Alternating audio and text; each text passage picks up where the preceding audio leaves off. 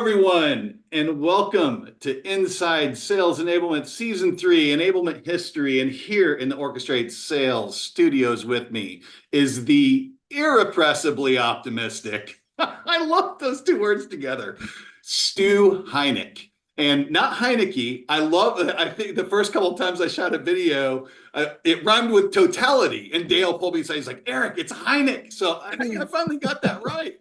And Heinecke works with irrepressibly optimistic. So I'll never get it wrong from here on out. So Stu, if you don't know him, and I don't know how you don't, if you're in any of my circles, is a best-selling business author, a marketer, and a creative, a Wall Street Journal cartoonist. His first book, How to Get a Meeting with Anyone, introduced the concept of contact marketing and is in the top 64, I love that specific number, sales books of all time. His latest release, How to Grow Your Business Like a Weed, lays out a complete model for explosive business growth based on strategies, attributes, and tools that weeds use to grow, expand, and dominate and defend their turf. He's twice nominated as a Hall of Fame marketer. He's a NASDAQ Entrepreneurial Center author in residence and named the father of contact marketing by the American Marketing Association. Final note, which is personal to me, he lives on a beautiful island in Puget Sound, Washington, which is where I grew up going. My grandma lived on the cliff in one of those military bunkers that was just off the base. So really, I love his expression. Like I thought maybe I could throw you a little bit of a curveball, right? And so, Stu, anything I might have missed in that introduction before we go on? No, that's perfect. That was a great job. And you see my background. This is not W.E.E.D.S, that's AI. So, love it. But so you're talking specifically about W.E.E.D.S. Yeah. I would say not on W.E.E.D itself. I've been there a bunch. So I was in that area. We were literally on the cliff of Puget Sound in Port Townsend. Oh, sweet. So, but Beautiful I know that whole area, and it's so neat and so perfect that you come from that neck of the woods. It's so gorgeous. There. Small world. That's amazing. It is. Yeah, well, thank you. Yes, that was a great introduction, and yeah, you did get my attention. What? Wait, where? Really? Come on. So I do have a question, and in going through your books, I love the personification of weeds, which are seen as these pests, and I love it. Beauty is in the eye of the beholder. And boy, have you found the beauty in weeds. I encourage everyone to go into this world. It's so well documented. Even the pictures at the beginning of each chapter, I got immersed in because I was like, okay, what's Stu going to do with this one? But help me out. When I'm so OCD, when I saw W.E.E.D.S, I wanted it to stand for something. Did I miss it? Like, do each of those? Yeah, it does. Yeah. Okay. It's WE.E.D-inspired enterprise expansion and domination strategies. It fits perfectly with chief productivity officers and chief WE.E.D officers. There you go. So, hey, maybe we can start there. Let's mix it up. We got Stu on the call, right? So you not directly involved with the Sales Enablement Society, but we had a nice pre-call conversation around there has been an evolution and a recognition that sales enablement didn't quite hit the mark. Revenue enablement's closer. And this whole idea of a chief productivity officer really resonated with you through that WE.E.D.S lens. Talk to me a little bit about that, if you would. Well, I just thought that was what an interesting evolution of the enablement role, because if you look at it, let's say, if you look at it from the standpoint of WE.E.D.S, and I said in How to Grow Your Business Like a Weed that I expect that there will be a new title in the C-suite, and that would be Chief WE.E.D Officer. And of course, I'm playing around with it. I'm not playing around with the weeds, but I'm serious as well, because if you look at the model that WE.E.D.S use, that's exactly what we need. Really, what it turns you into is a chief growth officer, probably. But it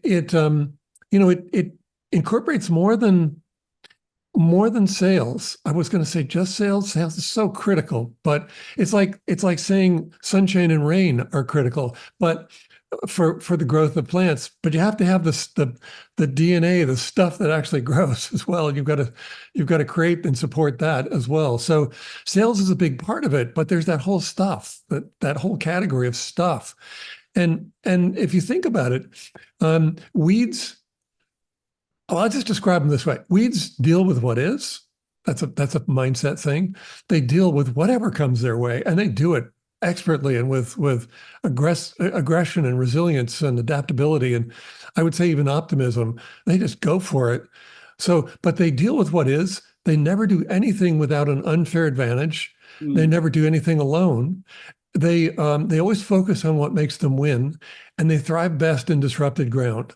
So if we follow the example of weeds, then we're really then and I would love it if weed strategy became a part of the platform for that new evolution, because dealing with what is about mindset. It's about having a fierce mindset. And so it's not enough that we might have one, or that the business owner might have one, or the chief revenue officer might have one. It has to be spread throughout the organization. We all have to deal that, or operate that way. And then never doing anything without an unfair advantage is, I find that part fascinating, because if you look at what weeds have, I mean, just look at a dandelion.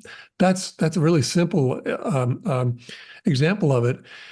And look at this. Look at how their seeds are designed and what they do, as compared to, let's say, acorns or pine cones or any seeds. Actually, just about any seed. And so, because they're held aloft in those geodesic domes of seed pods, I mean, that's really an enablement function right there, actually, because they hold them up high, they give them they actually expose them maximally to the wind, and because they're up high and they're exposed to the wind in that way, it gives them that lift they need to. Well, they could be flying for miles. There's some weeds that have seeds that fly up to 300 miles.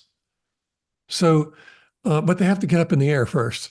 So, Right. so that's interesting. But I mean, Yeah. the thing is, their seeds operate very differently from other plants, and so as a result, those seeds probe every possible opportunity to take root. I'm talking about things that are very entrepreneurial, Yeah, I and love I it. would say aspirational for business. And I love where you're headed with that. And so I'd like to me at least, when I read the book, I'm thinking about it through the lens of being an entrepreneur, of an individual, and how they're growing their business like a weed, right? So taking a click back from that, the supporting cast of a weed, and that you go into a lot of detail in the book about how weeds don't have a brain, but they have a very clear plan and they just execute. What is it like to assist? I don't use sales anymore. I say customer facing frontline. When I think of revenue enablement, anyone that touches the customer.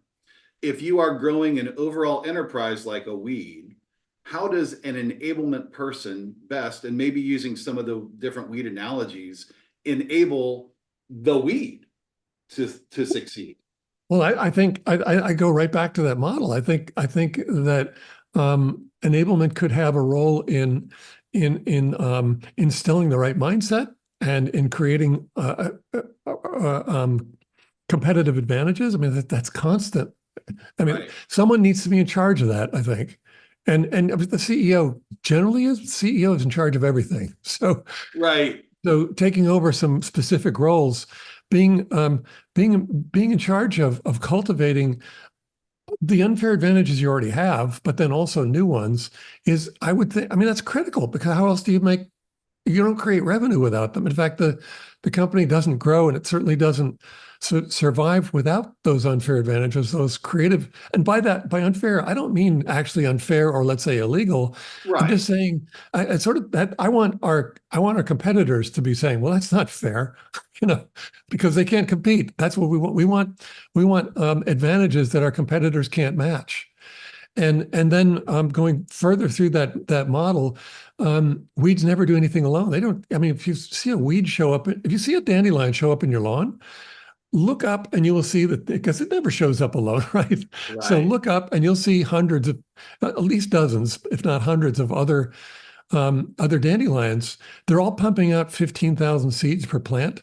You're not going to get rid of them. But if it was just one weed, well, I mean, if it was one dandelion, I should say, it's not a factory. Just pull it out. You're done. So collaborations, huge part of enabling revenue and growth. And it might be that growth is the key word as opposed to revenue, even. But that certainly is a huge factor in enabling growth. What kinds of collaborations can you create out in the marketplace?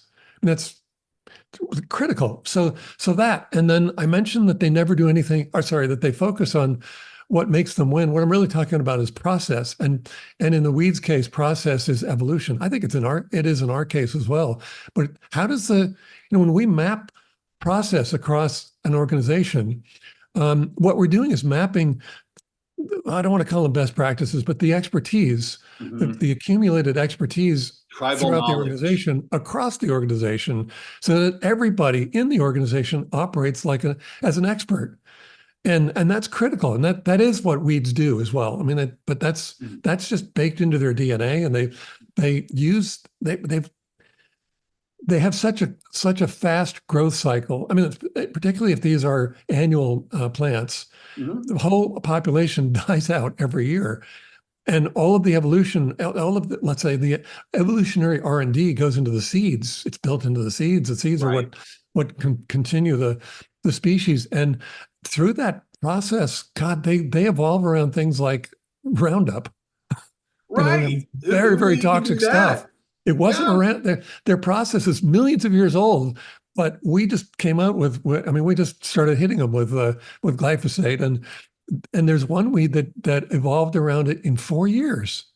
So, crazy. And then that immunity is just built into the entire species from that point on. So that, I don't want to get too far into the weeds. Sorry, I don't want to play with. That's great. But I mean but certainly process is a big one, and mapping it across the entire organization and thinking of it as evolution is really, I think, a thing that ought to be a function of whoever is chief growth officer or whoever is chief productivity officer. And I think finally, the fact that they thrive best, and this is actually true, they thrive best in disrupted ground because it's virgin ground all of a sudden. And a good analogy is our yards and our gardens are disrupted ground. I mean, we're the ones that disrupt it. I mean, humankind does. So wherever we expose the ground, what shows up first? Weeds, because they're perfectly evolved to do that. So how do we build that into our organizations? How do we surf the wave of disruption in our markets? How do we chaos and get into that fertile ground? How do we thrive because of the chaos? I mean, one of the things that's just plentiful here is in our lives is chaos. I mean, look at it right now. It's just chaos. But how do you engineer an organization that thrives because of it? And so I think all of those things should be part of that mission, part of that chief productivity officer mission.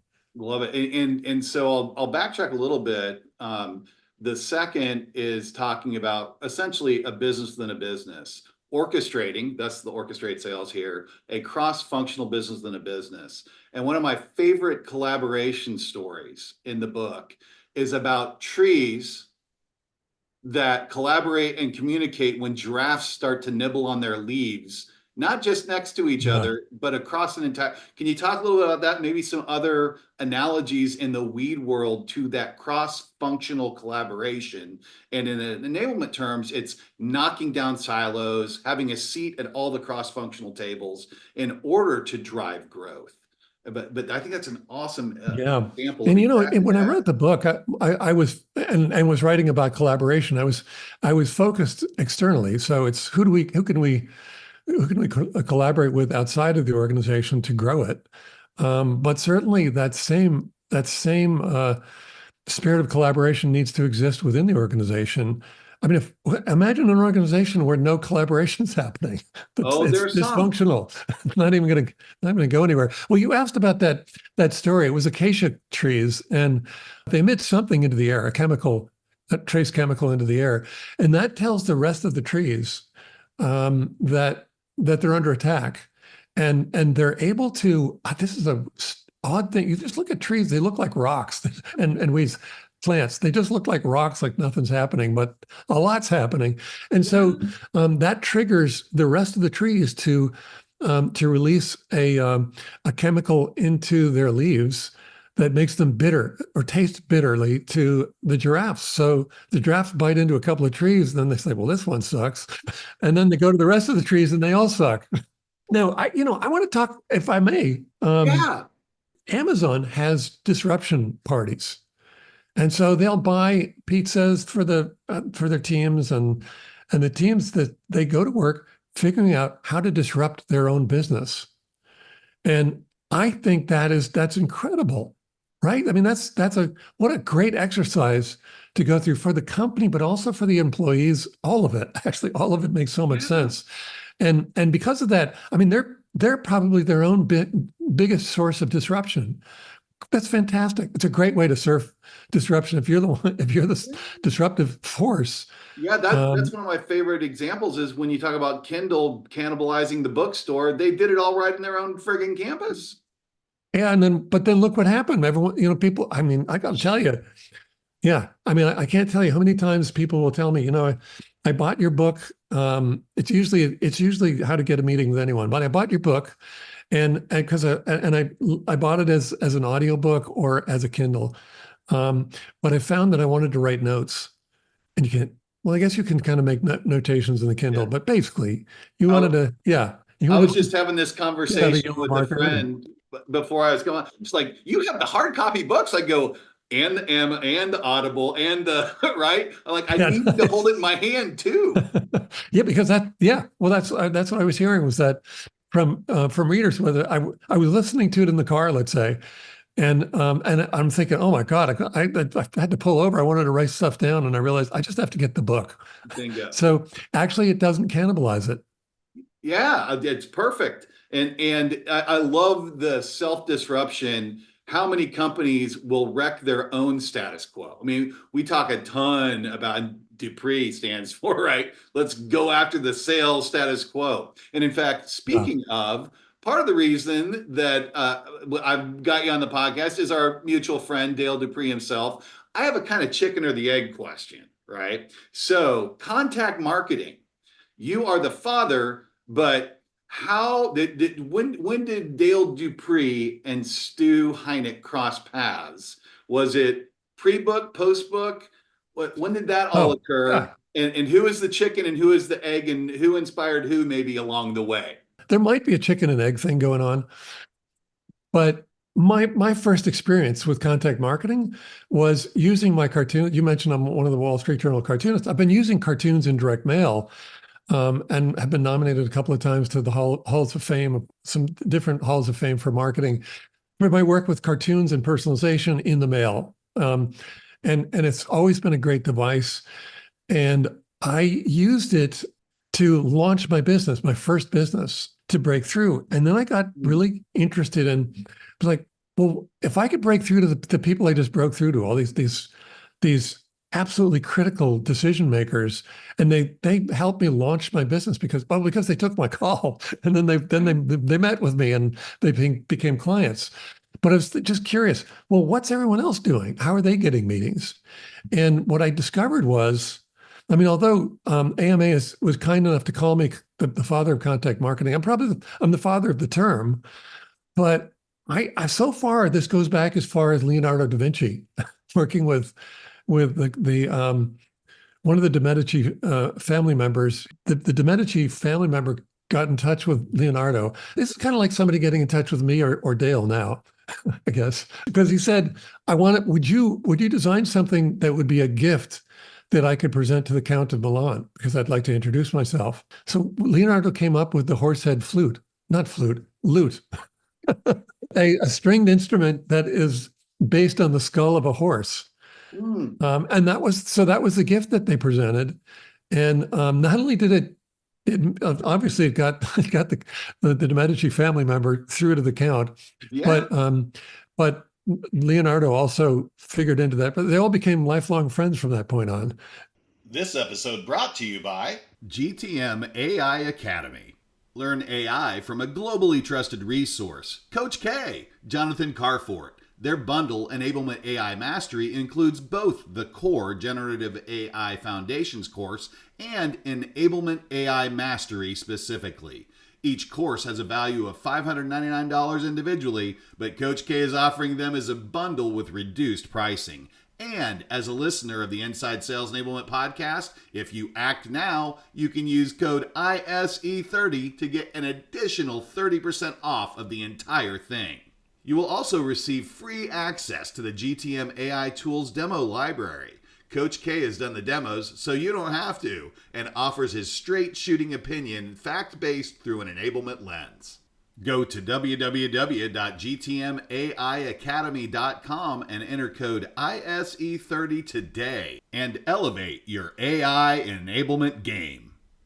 What I was discovering as I was interviewing a lot of the great thought leaders in sales, and I'm asking them, when you need to get through to, when you absolutely have to break through to someone of great importance, someone who can change your scale, how are you doing it? What I realized is there's this whole shadow form of marketing. And I kept asking, what's this called? Didn't have a name, so I had to name it something in the book, and I named it contact marketing. Dale is one of those people who fits directly into all this. And he's part of, there's a movement actually that he and I are both tapped into. And it's, I mean, given the fact that Leonardo was part of it, it's hundreds of years old now. And so the fact is that people have just done the most outrageously audacious things to get meetings, clever things to get meetings. And Dale, I'm a big fan of Dale's. We were introduced on LinkedIn, and we were part of the same LinkedIn pod. But I knew him when he was still selling copiers. Oh my goodness. But he would drop by with, life-size cutouts of himself, or whatever. He just knew that he had needed to give them a different experience than they were getting from everyone else, because otherwise he's selling a commodity. And so he had to differentiate himself. He was right on the money. We're doing this now because we're going to get together. It's next week for Totality, and that's Dale's event with the Sales Rebellion. I'm so excited to be part of it. But, Dale does some really, really clever things with, donut boxes and all these things. You think, with what? You saw in the book mention of a sword. Was that a shout out to the copier warrior and the swords he used? That was to Dan Waldschmidt. Okay.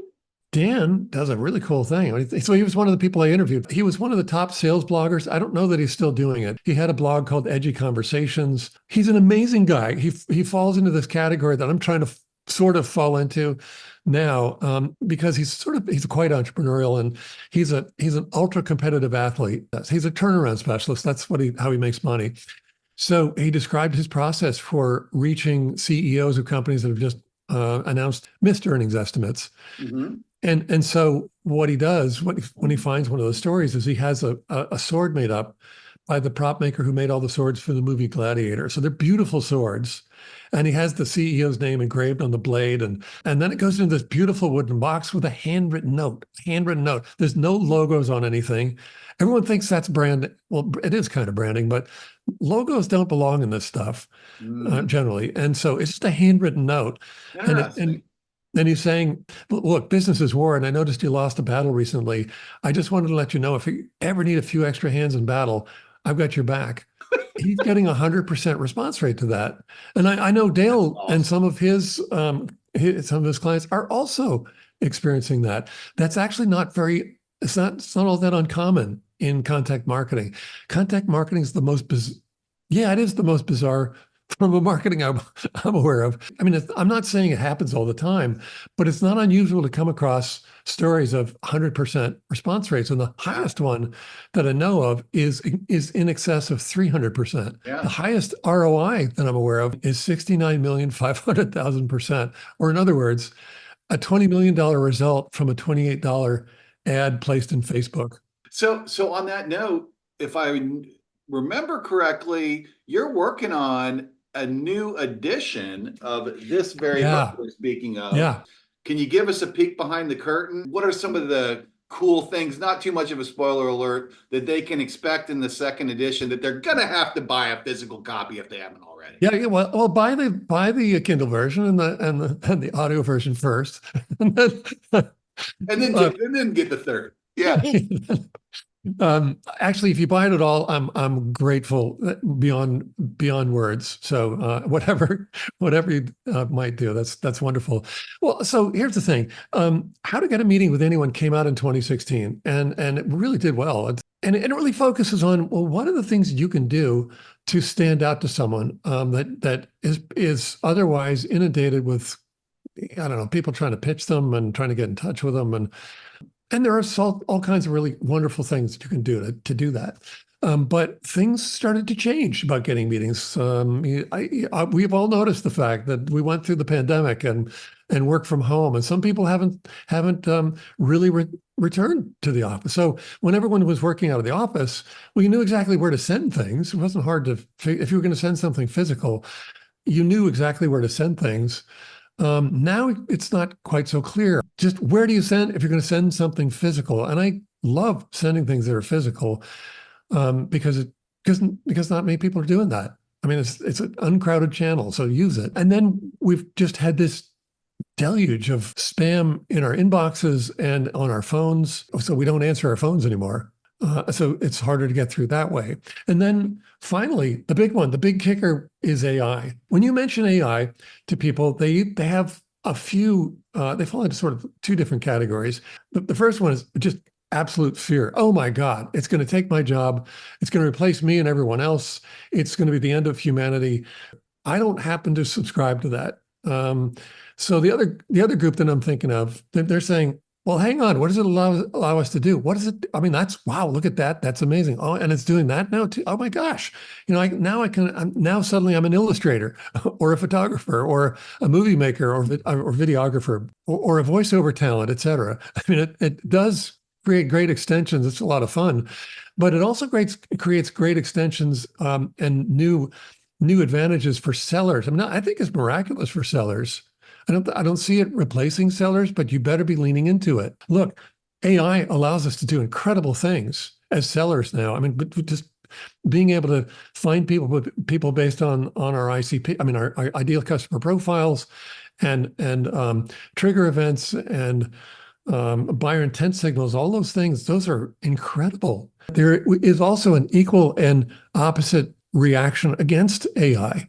So I think that people are going to be more and more impressed by things that an AI couldn't possibly do. Only talented humans with perhaps practiced hands of dog. I'm thinking about cartoons when I'm saying this, but Right. but cartoons are one of them. They don't, AI doesn't do cartoons well, thank God. Not yet, at least, but maybe it'll never take it over because cartooning is about the voice of the cartoonist as well. So I mean, the cartoonists have fans. AI is not going to develop fans, I don't think. But cartoonists, people know who Roz Chast is or Bob Mankoff, and so it's also the cartoonist's voice. They're commentators on life. And so those things are very human, and they will be, I would say, anything that's very human and uniquely based in talent is going to be the new luxury. So all of that combined that's the update to the book. It's how do you deal with all that? But I think any problem that any of us have when we're writing about AI is that it changes very, very quickly. The point here is to lean into it and really, really just keep discovering what it can do and playing with it. So that's the update. It reminds me of, I was just reading Mark Cosaglo, who's launching a new company, Operator.ai. They're calling it the Great Ignore, which I think is a great name for Yeah, it. that's a great way to put it. The question I was going to ask, I think you really just answered, like in that noise, right? And in the AI, what is going to differentiate? And it sounds like, to me, the answer is contact marketing, and it's the emphasis on human contact marketing. Yeah, It's everyone's talking about empathy these days, but truly empathetically, which is another thing AI lacks, right? At least not in completeness as of so yet. far, yeah. Yeah, right. Yeah. That how do you meet someone where they are? Another buzzword / sentence these days. You've got to have empathy. And how do you show that empathy? Man, if you can show up either literally with an empty box of donuts, if you're Dale, Yeah, right? yeah. Or even in the mail, with something that shows that you're paying attention, you're there. You look at that, right? Even a handwritten note. This is one of the devices that we're using. It's a 5x7 card in an envelope, and there's a window cut in the envelope, so you see a crop of a cartoon. In this case, it's a pissed off butterfly, Yeah, I but love it. but you don't know what it is until you open it up, pull it out. There's the rest of the cartoon, and now, Eric, if I was sending this to you, well, I'd be sending it because you delayed something. I mean, that would be the point of sending this particular cartoon. So, here he is, the pissed off butterfly on the phone. He's talking to you or leaving you a message, actually. And Uh-huh. he's saying, hey, don't put me on hold, Eric. I only have a 2-week lifespan. That's great. Right. So, what a great disarming way of saying, hey, Yeah, Eric, you're hanging me up. Right. love it. But okay, so that's cool. But then when you open it up, there's a handwritten note in there, Perfect. except that it's not handwritten. It's actually done with automation and a computer plotter and a font that has different cases. I mean, different versions of every letter, and they're randomized in there. So it writes with a ballpoint pen, and it comes out looking like that. It literally puts a So ballpoint pen down. yeah, yeah. So when someone gets that, they're going to go, "Oh my God!" Well, first of all, and like if you sent me that and you were asking me to be on the podcast, let's say, I don't know, I'm not sure what I was holding you up on, but let's call it that. And I got the card. I'd be going, well, first of all, that's hilarious.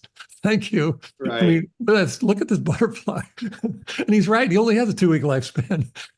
So there's that. But then I open it up, and there's a note from you that you hand wrote, and you signed it and all that. You hand addressed the outer envelope, put a stamp on it. And I'm going, well, if I got that in the mail, I don't see those very often. People don't Right. write cards to each other anymore. So when you see one, it really stands out. Just that makes it stand out. Yeah. But getting the whole thing, one of the things that would happen is you're going to look at it and your reaction, I don't know if you'll even think of this consciously, but your reaction will be, this couldn't possibly have come from an AI. Hmm. And Yeah. that's what It I'm sounds a talking little about. bit. That's the effect. So it's not like, well, you should be a good listener. You should be a good conversationalist, right? I mean, you got to do all that stuff. But how do you demonstrate that empathy and authenticity? I mean, you can't just say, well, I'm authentic and I have empathy. You've got to like reach out to them and make them laugh, for example. Right. And so, Right. so that's one example. Now, Dale has this really cool device that I don't know whether he goes and eats the donuts, but he orders a dozen donuts and then takes them all out and then writes a note on the lid inside the lid saying, "Hey, I got these to celebrate our deal together, but it never came. I got to waiting so long. They ate all the donuts. I'm really sorry." And so you see all the crumbs, Yeah. and the grease Yeah. stains from the donuts. And then here's a card and let's why Let's don't we celebrate signing. yeah. Yeah, Let's yeah, do yeah. it. That's right. To celebrate the sign. Yeah. That's Let's right. do this. Let's And get so, together. yeah, I mean, that's a really cool, again, no AI popped that Yeah. out, Yeah. right? I love it. So And that's a and really cool so thing. so a couple things there. One, I think you might be talking about Scribeless. They're one of the sponsors for Totality. And speaking of, I know I've witnessed firsthand. Dale does have a special way he gets those boxes, but if I told you, I'd have to not drag you to Totality. So, Yeah, yeah. yeah, I think you need to come to Totality. And if you didn't see the card, I've got another one that I'm going to bring. I'm awesome. going to show that thing off. And I'm not going to just come to Totality. I know there's, I think, like a dozen tickets left. About, So, yep. I don't know when this is releasing, but if it's releasing, ASAP. what's that? Oh, good, ASAP. good, yeah, Yesterday. yeah, good. Then get your tickets. Join us. We are going to Yes. have an absolute blast. This will be the first time or Dale and I have ever met in person. But I'm going to say this: I'm like, there are going to be so many people there. I can't wait to be in the room with them because there are a lot of people that Dale and I both know. Well, Dale knows them a lot because they're part of the sales rebellion as well. But he and I both know them through LinkedIn and through a lot of their audacious things that they've been doing. People in the room have been doing some really cool things. And so, and one of my favorite things to do, I don't know if I'll even get a chance to do it, but is to ask people, does anyone have a surefire method for breaking through? And they'll probably tell me about a lot of Dale's stuff, the crumpled letter and the donut box, but you never know. You hear great stories. People have got great stories. And this group is like, these are the all-stars. This is going to be incredible to be in that room with them. Yeah, at all levels, from individual contributor to founders. And so maybe that's a great place to land, I think, Stu. Can you tell folks a little bit about, but part of what I love about this conference is it is talking heads be damned, right? It's not going to be a show up and throw up PowerPoint slides. It's an experience. I can't wait to meet and experience you in totality, Stu. Can you share just a little bit of what that might look like and what folks are going to have the opportunity to do with you in that room where it happened?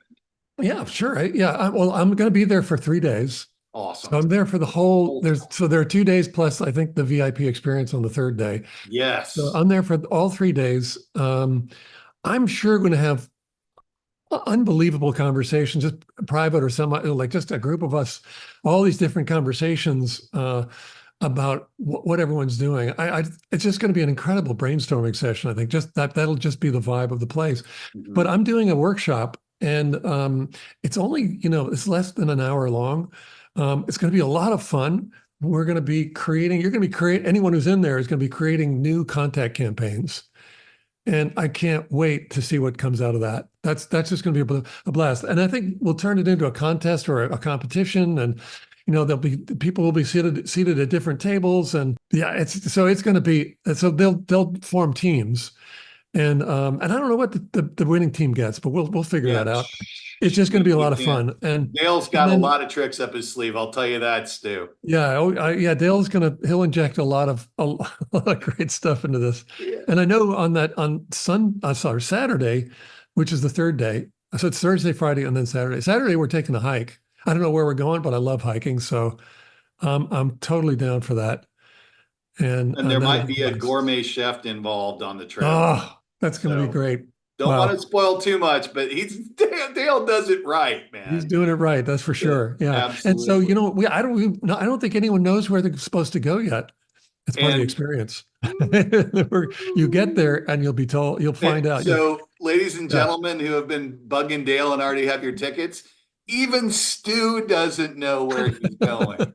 I'm just flying there. Yeah. I'm flying to Knoxville, and I don't know what happens after that. Get into the zip code, and Dale's going to take it from there. I'll tell you that much. I can't wait. We're going to be not Orchestrate Sales, Inside Sales, but the Selling Local podcast is going to be broadcasting live. So be sure to tune in to them, to the Sales Rebellion's Selling Local. You'll hear Stu, I know, and from a little bit of everybody live and thereafter in a multi-episode. So we're going to be capturing some of it, but there's nothing like the experience of being there. Stu's going to be there all 3 days. I didn't know that. That's awesome to hear. You're going to be, this is the caliber of folks you're going to be bumping elbows with in the hallways and having the opportunity to talk to. So Stu, thank you so much. You do have a new edition of How to Get a Meeting with Anyone, which is such a bullseye for the enablement community. Anyone in the listening audience who doesn't have the book already, you're about to really have no excuse when the next edition comes out. Yeah, I can give you the exact date, although I don't know the time, but I might be there at that exact time. It's going to be June 3rd next year.